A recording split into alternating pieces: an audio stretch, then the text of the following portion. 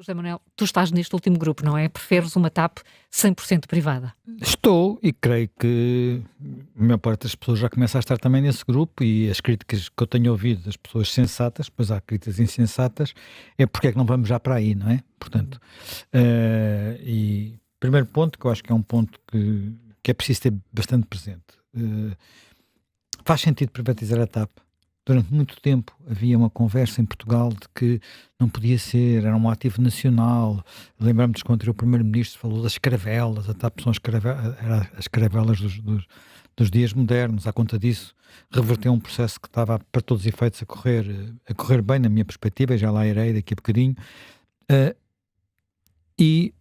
O custo destas idas e vindas tem sido muito grande para todos nós. Tem sido grande em termos do que é a TAP hoje, e tem sido grande em termos daquilo que os contribuintes tiveram ao longo dos anos colocar na TAP, sendo que mais recentemente foram 3,2 mil milhões de euros, que não é uma bagatela. Portanto, faz sentido privatizar. Bem, primeiro que tudo, é um mercado que hoje em dia, o mercado da aviação, que hoje em dia é muito competitivo e muito global. E é aquilo que está a acontecer, em particular na Europa, é a concentração em grandes grupos. Portanto, o que se justifica, porque isto deixou de ser um luxo. Quer dizer, se nós formos aqui há 70, 80 anos atrás, a primeira vez que eu voei, que foi para aí, acho que foi em 1973, portanto já foi uma coisa há muitos anos, há mais de 50 anos, aquilo era uma coisa que, quer dizer, era o tempo daquela canção Vamos ver os aviões para o aeroporto, não é? Portanto, tudo era diferente, não tem nada a ver com o que era hoje, era uma coisa para uma pequena elite. Sim, Isso acabou. era luxuoso viajar Quer quase, dizer, não era? em primeira classe era claramente luxuoso. Eu não fui em primeira classe, mas fui na altura, nem sei como é que se chamava, se era turística, como é que se chamava. Portanto, fui com os meus pais, não é? Ainda era, apesar de tudo, adolescente, e não tinha a ver com aquilo que era hoje, não é? Portanto, em tudo era completamente diferente. Mas era, para todos os efeitos, até pelo que custava cada viagem, era uma coisa que não era acessível a toda a gente. Toda a gente. Isto mudou completamente, e também mudou a forma como as companhias e os Estados estão a olhar para este mercado. A TAP, neste momento, é uma espécie de, quer dizer, de ave rara na Europa. Na Europa existem grupos grandes que foram absorvendo, ou por fusão ou por compra, as companhias mais pequenas, e que disputam o mercado europeu, e a tendência vai continuar a ser essa. Neste momento, nós temos na Europa 5 grupos, 2 deles são low cost, portanto é a Ryanair e a EasyJet, mas temos 4 grupos que dominam praticamente metade do mercado, em conjunto. Portanto, o outro é a Lufthansa tem absorvido muitas companhias mais pequenas, aquela que ela está ainda a digerir é a italiana foi uma dor de cabeça, porventura ainda maior que a TAP durante muito tempo, até que acabou na falência. Depois temos uma que é a Air France KLM, portanto aqui talvez haja, e depois temos ainda aquela que é dirigida pelo British Airways, mas dentro da qual já está a Ibéria, portanto, e continua a haver compras, não é? Continua a haver compras, e fusões, integrações, com uma série digamos, de operações que continuam por exemplo, a Lufthansa acabou de comprar uma companhia chamada Air Baltic, está a concluir, como eu disse, a companhia italiana, a companhia, portanto, a KLM, a Air France KLM aumentou a participação na SAS, que era a companhia escandinava, portanto, há mais companhias aí em disputa, uma chamada Air Europa, pronto, esta é a tendência. E se olharmos para o que é o mercado americano, percebemos que a tendência vai continuar a ser neste sentido. No mercado americano, enfim, houve muitas companhias que já desapareceram, faliram, foram-se embora, e hoje há 4 companhias que dominam o mercado. Uma delas até nasceu como low cost, que é a Southwest, agora já não será exatamente isso, mas 4 companhias têm, não queria enganar aqui no número, mas penso que 4 companhias têm à volta de 80% do mercado. Portanto, ainda é mais concentração maior a concentração do que aquela que existe na Europa. E isto acontece porquê? Porque a competição é muito grande, é preciso otimizar custos. Nós sabemos que quem quer que viaje de avião, que os custos hoje de uma viagem de avião não têm comparação com o que eram há muito tempo. Hoje é mais fácil, eu às vezes uso estas, porque como tenho alguma idade posso dizer isto, é mais fácil e mais barato um familiar nosso que esteja imigrado, até porventura na Noruega, que é assim para ficar bastante longe, ir e vir visitar-nos, do que quando eu era miúdo, ir à terra da minha avó ou do meu avô, que são uma na beira baixa, outra na beira alta. Só o número de curvas para lá chegar era uma coisa alucinante. Portanto, é um mundo diferente. É um mundo diferente, quer dizer, e esse mundo tem muitas expressões, desde as expressões de short breaks de fim de semana, das pessoas que vão fazer uma rapidinha, ver uma cidade uma aqui, escapadinha. uma escapadinha, e andam com aqueles trolleys só atrás, e por aí, tudo mudou. Já se está a discutir-se, inclusivamente, esses trolleys têm que passar a pagar sempre.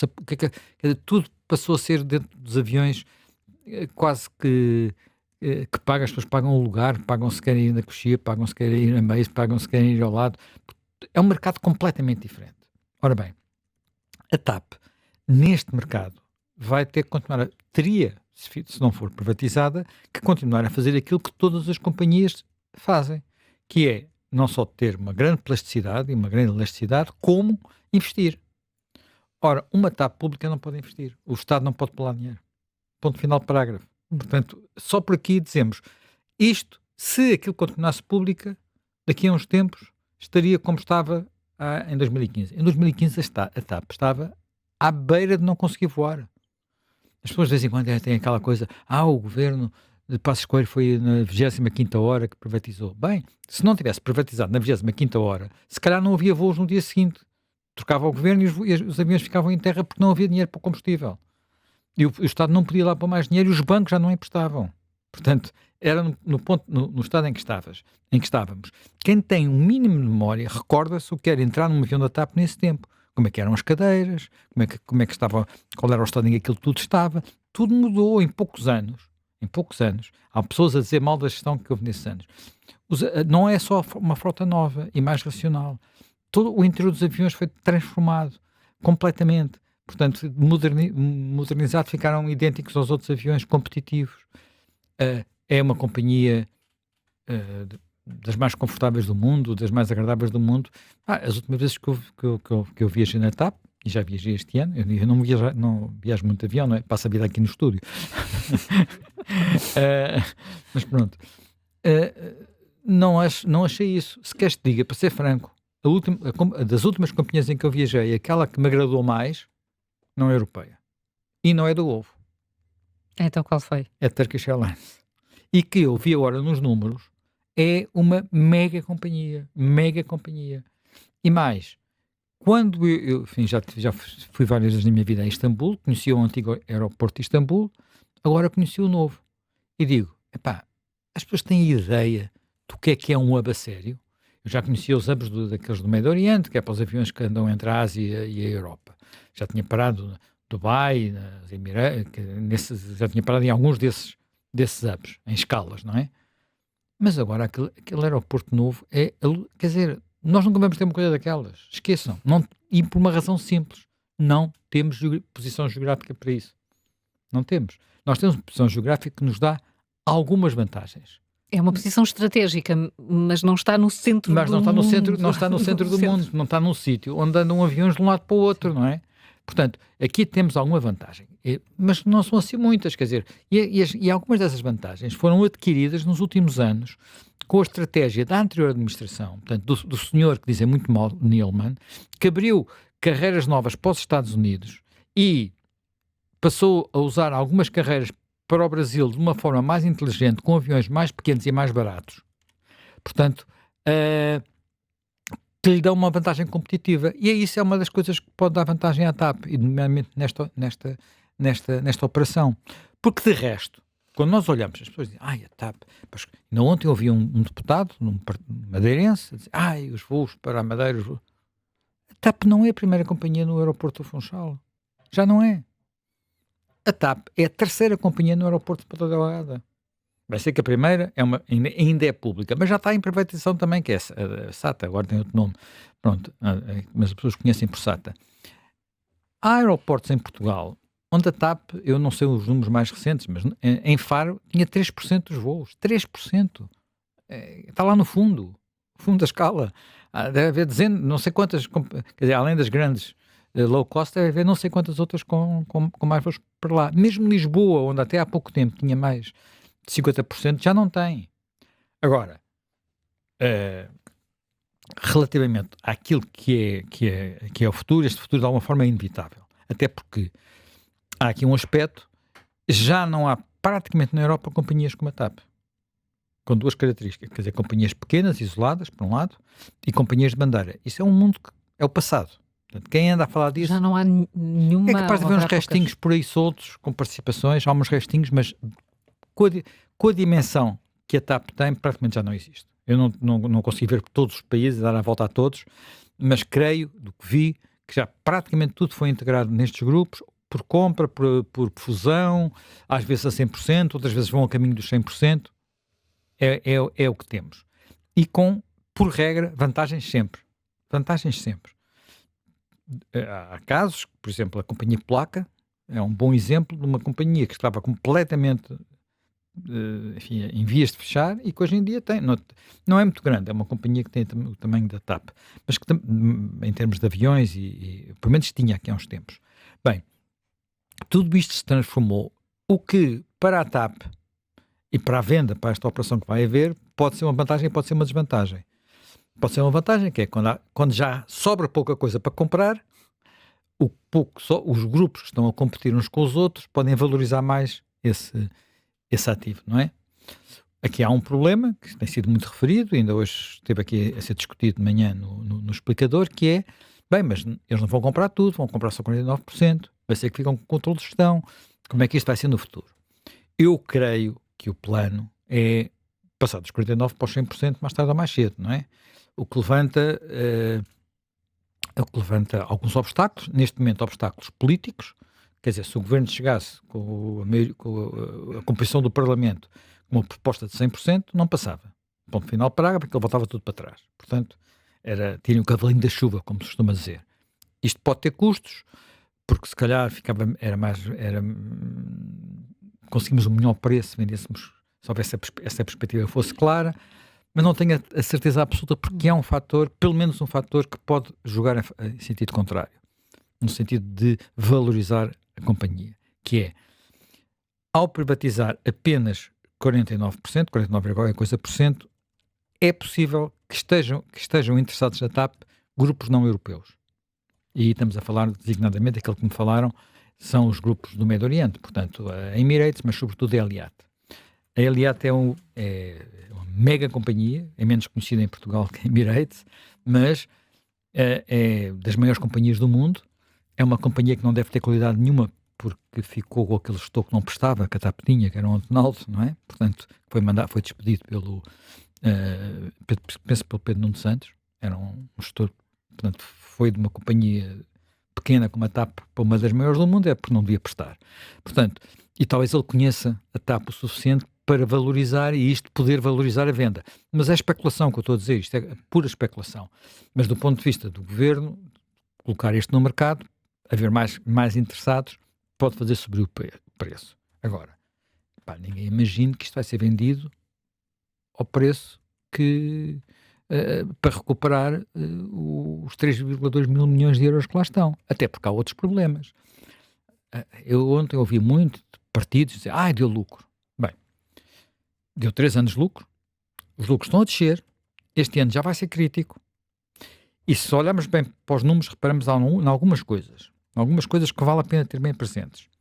Boa parte desses anos de lucro são decorrência dos 3,2 mil milhões que lá pusemos, de praticamente ter ficado sem dívida, que tem custos, não é? Uma empresa com dívida tem que pagar a dívida, e depois de um processo de reestruturação em que os trabalhadores aceitaram condições que agora estão a recuperar e, portanto, os custos são muito grandes, porque as condições salariais na TAP são boas. Como se isto não fosse suficiente, há mais 2 litígios. A TAP tem 41 milhões, salvo erro, de provisão para um litígio com os operadores de cabine, mas há quem fale que pode chegar aos 300 milhões por causa de questões laborais. E a TAP tem perdido nos tribunais, porque a lei da moral portuguesa é o que é, não é? Portanto, ou tens acordo dos trabalhadores, não tens acordo, vais para os tribunais e os tribunais portugueses, por regra, dão razão aos trabalhadores. E ainda, além disso, ainda há outro litígio, ou potencial litígio com a Azul, que são mais 150, salvo erro, 151 milhões de euros. 450 milhões. Somado. De risco. De contingência. E os investidores, ou os potenciais investidores também não devem ficar muito animados com isso. Os potenciais investidores naturalmente têm preocupação. Quer dizer, um dos potenciais investidores, ainda há bocado foi recordado, ou foi recordado ontem, não foi há bocado, foi recordado ontem pelo ministro, que é a Air France. Air France está na Bolsa, é uma companhia, enfim, não tenho aqui o número exato, mas andará entre as 8 e as 10 vezes maior que a TAP e vale 3 mil milhões. Portanto, metade da TAP pode valer 3 mil milhões para recuperar os 3 mil milhões de investimento, ainda por cima com a contingência de mais umas centenas de milhões. Nem pensei nisso. Portanto, e isto quer dizer que vamos ter controvérsia. Porque já temos o Partido Socialista, que aqui há uns tempos dizia que, até o próprio Pedro Nuno Santos dizia que não se ia conseguir recuperar o dinheiro, agora, porque está na oposição, por razões políticas, já está a dizer, sim senhor, estamos de acordo, mas tem que se recuperar o dinheiro. Quer dizer, se a TAP ficar muito bem gerida, der lucros durante muitos anos e houver participação nos lucros, talvez, os meus netos tenham essa possibilidade se o mercado correr bem. E depois temos outra coisa que também é muito, muito, muito relevante, está na apresentação do Governo, mas eu não sei o que é que vai acontecer, que tem a ver com o tema da infraestrutura que permite a TAP existir e crescer. E o grande estrangulamento que é o aeroporto de Lisboa. É um grande estrangulamento. Há pouco tempo antes daquela operação portanto, não sei se já tinha mudado o governo, se não tinha, enfim, mas já não recordo exatamente. Eu fiz uma das últimas entrevistas que o David Neumann deu em Portugal. Ele na altura dizia, o meu grande problema é o aeroporto de Lisboa. Isto foi há quantos anos? 7 anos, 8 anos, 10 anos? Não, foi há muito tempo já. Portanto, já na altura era um estrangulamento brutal. Eu vi uns planos no PowerPoint do governo que não consigo entender, confesso, mas aquilo são mais obras que nunca mais acabam naquele aeroporto. O aeroporto de Lisboa hoje é um susto absoluto. Nós vimos de qualquer aeroporto na Europa, entramos em Lisboa, parece que estamos a entrar no terceiro mundo. Literalmente. Tudo, quer dizer, não basta ter um sítio como as lojas ao meio arranjadinho para aquilo funcionar bem. Depois o acesso às pontes, o número de mangas, tudo aquilo é terceiro mundo. Pronto, terceiro mundo. Portanto, e temos ali um extraordinário estrangulamento que não vai melhorar. Porquê? Porque a pressão é para haver menos aviões a voar à noite. E mesmo que se consiga aumentar o número dos aviões que conseguem voar de dia, que é essa possibilidade, isto tem limites. Mesmo que se diz lá uma coisa, já devia ter sido lá há décadas, que é o chamado figo maduro. As pessoas, ninguém sabe onde é que é figo maduro, mas eu digo, figo maduro é o aeroporto de Lisboa com um barracão da Força Aérea. As traseiras? São as traseiras do aeroporto? São as traseiras do aeroporto, onde fica um barracão literalmente, da Força Aérea, mas que serve para receber os VIPs. Pronto. E para essas coisas. Já não devia estar lá há muito tempo. Nunca se resolveu isso. A única coisa que evoluiu de alguma forma positiva foi tirar os voos executivos para Tires. Portanto, aqueles aviãozinhos pequeninos que antigamente nós íamos e víamos encher. Coisas já não estão lá. E há um imenso movimento em Tires. Em Tires, tu moras lá perto, eu também venho pela autoestrada, vejo sempre aqueles aviões passar por cima da autoestrada. Portanto, isto é um constrangimento enorme e nós já percebemos que o aeroporto de Lisboa, para ter um novo, talvez daqui a 10 anos, se formos otimistas. Talvez. Portanto, há aqui um grande estrangulamento, o que quer dizer que aquilo que pode ser uma vantagem da TAP, que é, pela própria localização do aeroporto, ter capacidade de fazer os tais voos mais baratos para o outro lado do Atlântico, perdê-la. E não é o mercado português que serve a TAP. Aquela ideia de que a diáspora, que é uma coisa que cai-se muito. Eu gostava de saber quantos dos nossos imigrantes, por exemplo, em Londres, ou no Reino Unido, não é em Londres, é no Reino Unido, usam a TAP nas viagens que fazem de ida e volta. Não sei quantos é que usam, não creio que sejam muitos. Não creio que seja a maioria sequer. já nem falo na Suíça, ou em França, até porque muitos deles moram em sítios que não são perto dos aeroportos principais, são aeroportos secundários, que são basicamente servidos apenas por low costs, ou companhias regionais. Portanto, depois os voos para as ilhas. Como explicava há pouco a Vera Gouveia Barros, quer dizer, eu tenho um serviço que tenho que fazer aquilo que eu faço e que se faz habitualmente. E, olha, onde nós moramos, temos uma, quer dizer, o Concelho de Cascais é o Concelho de Sintra, temos uma companhia de caminhonetas, que é privada, a quem o Estado compra um serviço. E, portanto, nós não andamos lá ao preço de custo, não é? Em alguns casos, no Conselho até a Câmara depois tem umas câmaras... Sim, é gratuito para jovens. Uma coisa para jovens que é gratuito. Mas as carreiras normais, agora está tudo integrado na carreira metropolitana, é um contrato que o Estado fez. Pronto, fez um contrato e esse serviço, esse suporte desse serviço. Quer dizer, é para pagar as viagens entre Funchal e Lisboa ao preço que pagam os madeirenses, que é muito pouco, que é um preço quase simbólico. Pá, é indiferente o voo em que as pessoas vêm, o avião em que entram. O que é importante é que eles possam pagar só aquele preço, se isso é considerado socialmente justo. Em alguns casos eu até duvido que seja, não é? Não sei porque é que eu hei de pagar a alguns milionários da Madeira, porque também os há, é estar a subsidiá-los para os voos que eles fazem para o continente. Mas enfim, isso é outro tema, não vamos discutir aqui isso. Portanto, a TAP mantém alguns voos, eu imagino que alguns voos designando algumas carreiras. Enfim, a Europa era o mais complicado em termos de rentabilidade, pelo menos no tempo que há uns anos atrás, agora já não sei responder, mas mantinha, por exemplo, carreiras para a África, daquela base de Palopes, mas eles não pagam, nós pagamos, não é? Eu não sei qual é, se aquilo é suportável ou não creio que tenha dali o negócio. Depois aquilo acaba por ser pago com as carreiras que dão lucro, o Brasil e os Estados Unidos sobretudo, pelo menos era a situação há uns anos. Como eu digo, eu até acho que a TAP neste momento tem uma boa administração, uma administração que é competente, talvez não tenha maleabilidade de outras administrações anteriores, mas quem lá está, o atual CEO e uma parte da administração, são gente que até veio da SATA e que estava a fazer lá um bom trabalho, eu tenho boa imagem deles.